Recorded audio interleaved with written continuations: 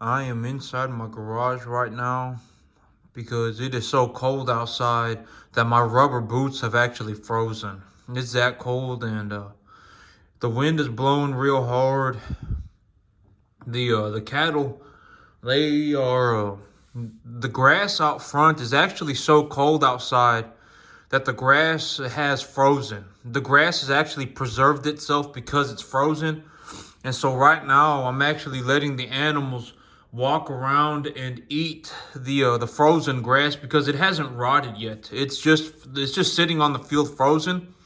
And so the cattle will walk around and eat it. And I'm actually here right now cleaning one of my guns. This is a Spikes Tactical. I don't know exactly what it was, but but I really, really like this gun. This gun right here, it's got a chrome lined barrel, and I'm kind of particular with my guns and what I like to have my guns. Like I really like these heavy barrels right here. I really like a heavy barrel. I like that barrel to be a solid piece of metal throughout the whole thing. And this has a billet lower. So this is a billet lower, and I can tell because of the weight. And the weight is not so drastic that it's like, oh man, this gun went from being light to being heavy, but it is noticeable. And especially like when I have the gun in my hand, the reason that I really like this heavy lower, the billet lower, is because especially with a heavy barrel, this gun, the weight of the gun will shift to right above my hand, and my hand, when you look at it this way, this rifle stock is up against me like this, and it's right up against my chest. And so it's very easy for me to, this part of my arm will not fatigue very easily. But if the weight of the gun is very far forward, is like, let's say that I like a heavy barrel. I like heavy barrels in my guns. I just do. And so if I got a heavy barrel in my gun, and if the front side of the gun is ever so slightly heavier than where I'm holding the gun, if the front side of the gun is heavier than this portion of the gun will always try and just kind of tilt forward like this. Always try and tilt forward. And so if you're holding the gun like that and you're trying to keep it up, your arm will fatigue. Your forward arm will fatigue much faster. That's just from what I've seen. I don't know exactly what the benefits of a forged or the benefits of a billet is, but I do know, or well, it's like I don't even know if this is true across all guns, or if it's just this one, and or if it's most of them and some of them not. I don't know. But this gun in particular, the weight of the gun is over the hand right here. The weight of the gun when I'm holding the rifle, when it's assembled and I'm holding the rifle, it is over the hand, and I really like that, because if I just hold on to the gun like this, and I don't even have my front, if I'm not even holding onto the gun like this, the weight of the rifle will still just be on my support hand in the back. And so it makes it very easy to just keep the rifle. It makes it very pleasant to shoot. I don't fatigue when I shoot it. And so these are all kind of things to maybe for somebody, if they're looking to do whatever with an AR-15, maybe it's something that should be considered. And this gun right here, I have it zeroed at 15 yards, and and at 5 yards it hits 2 inches low, and at 25 yards it hits 2 inches high. But the reason I zeroed this gun at 15 was because I already have a gun zeroed at 35, and so I was like, yeah, I don't know if I want to have all my guns zeroed at 35. Just because it's like, why, why do that, right? I mean, if all my guns are zeroed at 35, I mean, it wouldn't be the worst thing in the world. But if it was zeroed at 35 and I was shooting at 5 yards, and granted that this also depends on the optic, right? Because like this optic right here, this optic, it's on a riser. And so if you look at the distance between the optic and the barrel, there's a couple of inches right there. And so, a lot of things, come into play on in terms of where will your bullet actually hit when it's zeroed at a certain range, a lot of factors come into play. It's not a very simple question. It's not a very simple answer. And like, for example, if I have a gun zeroed for 35 and it's on a riser, the gun could be hitting 3-4 inches low at 5 yards. And so, it's important to remember that bullets, they travel like this. They travel up and then they go down like an arc. They don't just go straight. The bullets do not just go straight. They travel in like an arcing motion. And so, that's, in shooting guns, it's kind of there's a time for when it's like fun and stuff like that. But there is also a time where you should understand when you pull the trigger that this is exactly, pretty much exactly what's going to happen, right? Guns can be serious business. I mean, and like, especially if you're shooting at something, right? Like if you're shooting at like, let's say you're hunting and you're shooting at something, you would want to make sure that you know where your gun was going to hit. Because if you have your rifle zero, like if you have a rifle zeroed at 100, right, and the animal standing 35 yards away, and you're aiming for its chest, and you end up hitting it in the leg, and you blow its leg off, that's not something that you should be doing, right? And so you need to really think about these things, and you need to, shoot enough to just understand that these things happen. That's my belief with firearms. There is a time when shooting a gun becomes very serious business. Like if I'm going to shoot something, if I'm hunting, that is a very, very good example. If I'm hunting, I don't want to be sitting there with a gun zeroed at 100 yards and take a shot at 25, aiming at the animal's chest and accidentally blow the animal's leg off. That's something that I don't want to do, right? And then the animal just goes running off into the woods with the leg that's been blown off, and it's not, and maybe it won't die, maybe it will die, maybe it'll take a week for it to die, who knows, right? And so there are times when shooting a gun becomes very serious business, and you should understand, if you're going to be a gun owner, you should understand these things. Bullets travel in an arcing motion. They do not go in a straight line. And for example, this gun right here, if I zeroed it at 15, it hits 2 inches low at 5 yards, and it hits 2 inches high at 25. And so that's just a good example of what happens. But I freaking love this gun. I bought this gun for $700.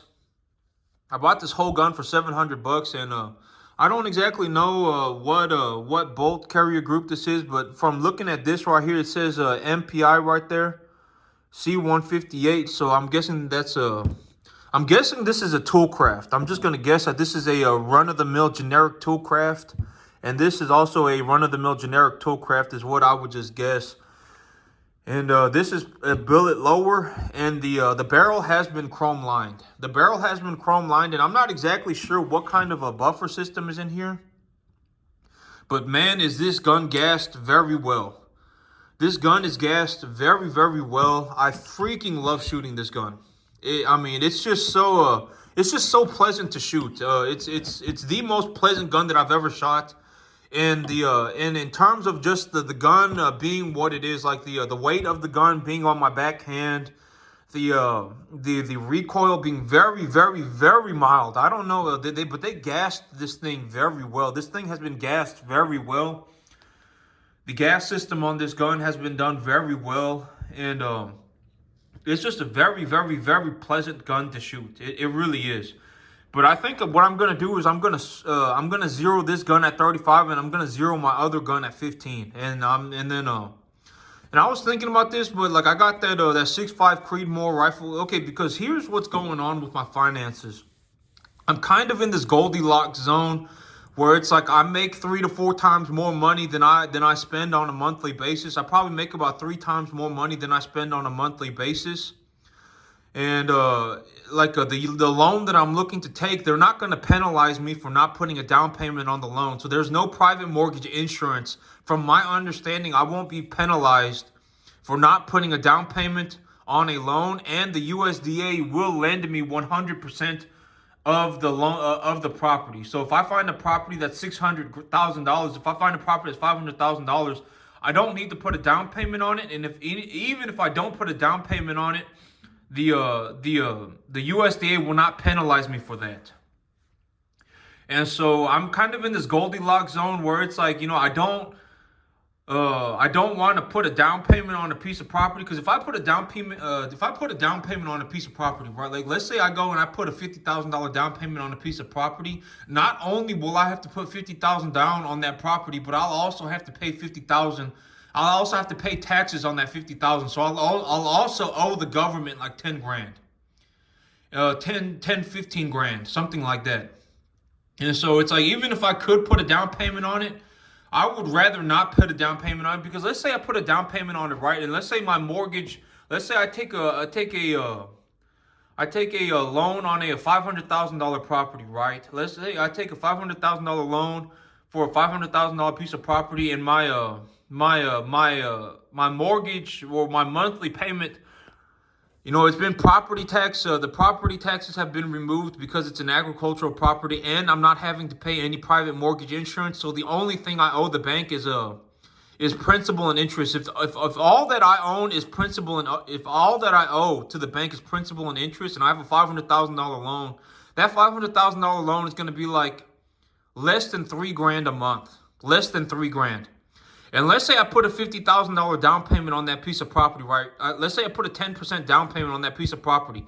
Well, now my monthly payment has gone from $3,000 to $2,700. And so it doesn't really matter. It's not like, oh man, the saving a few $100s a month is going to be what changes my life. It's not. And so if it were up to me, and which it is, largely it is up to me. And so the decision that I have made is, when it comes down to it, if I would take a 100% loan for a piece of property, I would hold on to my cash, utilize the cash that I have to cover the debt service, and then take a loan or utilize my cash to just straight buy cattle. I would rather buy cattle than put my money down, or put my money in as a down payment for a piece of property. I much rather would. It makes me more money over the long run. It gives me the best tax benefits, and reducing my mortgage payment, reducing my monthly payment by a few $100s a month is not going to change my life. And so I'm kind of in this Goldilocks zone where it's like, man, I make 2 to 3 times more money than I'm not 2 to 3. I make like 3 to 4 times. It's probably close to 3. I probably make about triple what I actually use on a monthly basis. I spend about a third of what I earn. I spend about a third of what I earn to pay for my mortgage, to pay for my truck, to pay for my insurance, to pay for everything. I spend about a third of what I earn, and it's not really in my best interest to put a down payment on a piece of property. And my business, running a business. Okay, so for me to make $3,000 a month, it is much easier. It is an exponential scale. It's not like it's twice as hard for me to make $6,000 a month as it is to make $3,000. If I make $3,000 a month, and I look to make $6,000 a month, I look to double my income, it's probably going to be 5 times harder. It's going to be 5 times harder. And so if I go from making $60,000 to making $120,000, it's not going to be twice as hard. It's going to be like 5 times harder. It'll probably be 25 times harder to go from making $3,000 a month to making $12,000 a month. And so I would be quadrupling my income, but the amount of difficulty that I would face would be 25 times. It would be exponentially harder to make more. It is the more money that I look to make, the exponentially harder it becomes. And that is something that I think a lot of people, when they really think about it, it makes a lot of sense, right? The more money that I'm looking to make, the harder it becomes, and the less money I have, the easier it is to make money, because the less I am, like, for me, here's a good example. For me to make $3,000 a month, what's it going to cost me, right? About $500. About $500 a month, and I'll still pull about $3,000, maybe about $3,500 a month net profit from that $500. It's going to cost me $700 a month, and maybe I make about $3,500. But if I'm looking to make something like 20 grand, I'd have to be risking $4,000 a month to make that 20 grand.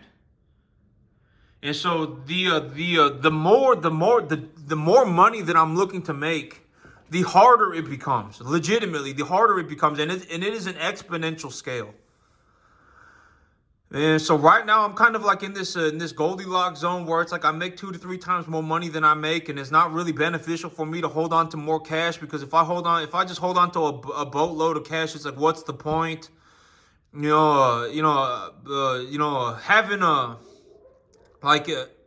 $3,000 a month on this farm here is very simple. It is very simple. I run 30 cattle at a time. I run 60 cattle a year. I make $500 of net profit in animal, and that's 30 grand. It's very simple, very simple.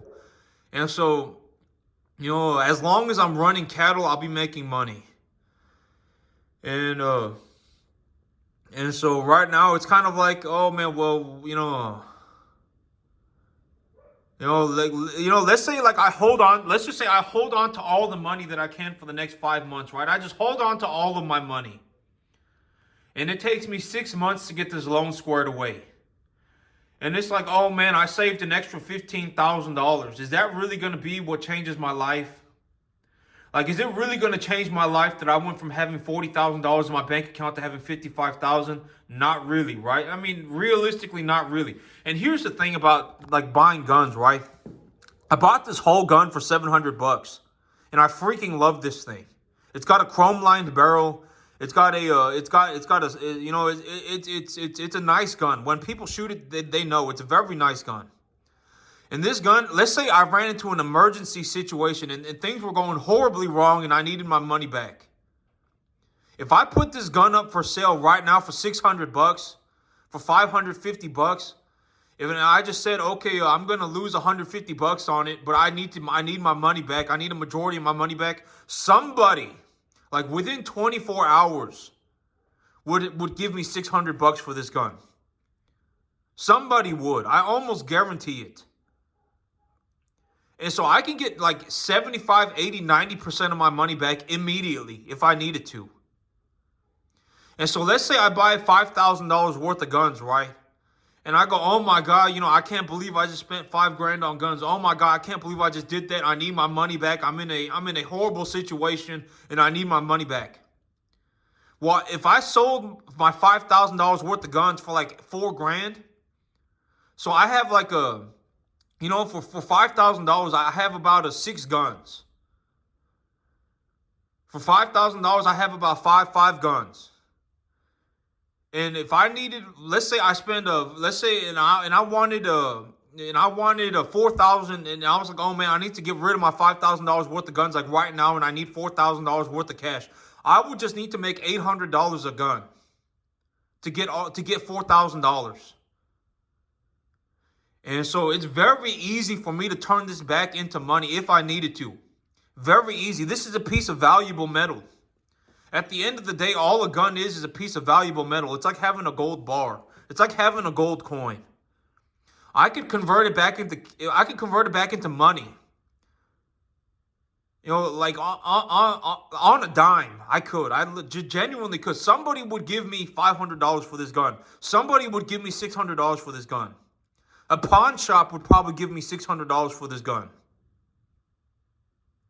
And so it just is what it is, right? And so when I like go and buy guns and stuff, it's not like, oh my God, I just threw money down the drain. If I desperately needed my money back and I spent $700 on this gun and I needed $600, and I was like, you know what? I could probably sell this thing for $600 and it would take me less than 24 hours and I would just take the $100 loss. I don't really care about the $100. I just need a majority of my money back. I could sell this gun for $600. Like within 24 hours.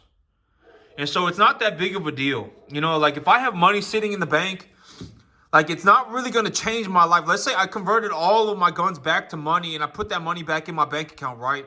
Like, is it really going to matter that I have $45,000 in my bank account instead of $44,000? Let's say I lose $1,000, right? Is it really going to be what changes my life? Oh man, now I have an extra $1,000. Oh man, if I just had an extra $1,000, my life would be changed. It's not going to change my life, right? It's just not. And so if I converted all of my guns back to money, and just put that money back in my bank account, it wouldn't really matter. It wouldn't matter that I lost $1,000. Let's say I lost $1,500. Let's say I went from having $45,000 to having $43,500. Is it really going to change my life? Is that $1,500 really going to change my life? Not really. And so I really like guns. Like I'm not like a crazy person. I just like shooting guns. I like taking care of them, and I like the machinery, and I think it's interesting, and I'm not a crazy person, right? And so I'm not gonna go out and do something take a look at a guy like me, right? Look at how much I got going on. I make exponentially more money than I spend than every month. I have a lot going on for me. Do I look like I'm going to go out and do something stupid or insane? I make 3 times more money than I spend on a monthly, daily, minute basis. I'm a very happy farmer. I love farming. I want to farm every day until the day that I die. I want to farm every single day until I'm 150 years old, okay? Legitimately, I want to farm 15 hours a day until I'm 150 years old. Like, do I look like an insane, do I sound like an insane person? Absolutely. I love farming. I love farming. I have a lot going on for me. I think, I'm very proud of my accomplishments. And, and like me, when I'm sitting on this farm, the risk that it takes about $2,500 a month for me to pay for everything. My mortgage, my insurance, my truck, everything. It costs maybe about $2,500. And so if I was in a life or death situation for money, I could just go out into the world and find some way to make $2,500, right? Legitimately, that's what it comes down to. And so, I make exponentially more money than I spend on a regular basis. I mean, I have a lot going on for me. I'm very proud of my accomplishments. I look to do better for myself every day. I have a lot going on, right? I have a lot going on for me, and I'm not some insane person. And so that's how I see guns. I see guns as a precious metal. A gun at the end of the day is just a precious piece of metal, and if I desperately needed a majority of my money back, I can go and get a majority of my money back. And the amount of money that I would lose for having a gun collection is not going to be what makes or breaks me. It's like, oh my God, I had to sell my entire gun collection because I desperately needed cash and I took a $1,500 loss. It doesn't matter, right? It doesn't matter. I bought all of the guns that I buy at an extremely good deal price. And there's a reason for that. I don't buy guns at full price. Like a good example of a gun that I would consider buying right now if I was somebody just looking to buy one gun and just calling it a day, is that like Bravo Company right now, they're selling guns for a discounted price. They got them at like a 30-25% off. And if you buy an upper from them, they give you a free bolt carrier group. So that's like a $150 value right there too. So they'll give you a free bolt carrier group. You probably need to buy a charging handle. You'll need to buy a charging handle if you want to operate the rifle correct. If you want to operate the rifle at all, you'll need a charging handle. So that's going to cost like $80. And you can buy a lot of guns right now for $1,000. A lot of guns, a lot of very, very, very high quality guns. You can buy them for about $1,000 right now. Very high quality, like cold hammer forged, chrome lined. I mean, everything, the works.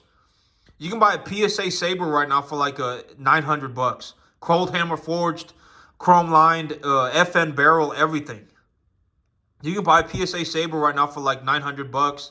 You can go buy a Mark 111 or a Mark 116 from Primary Weapons. I don't really know what Primary Weapon Systems is about, but I've heard a lot of good things about them.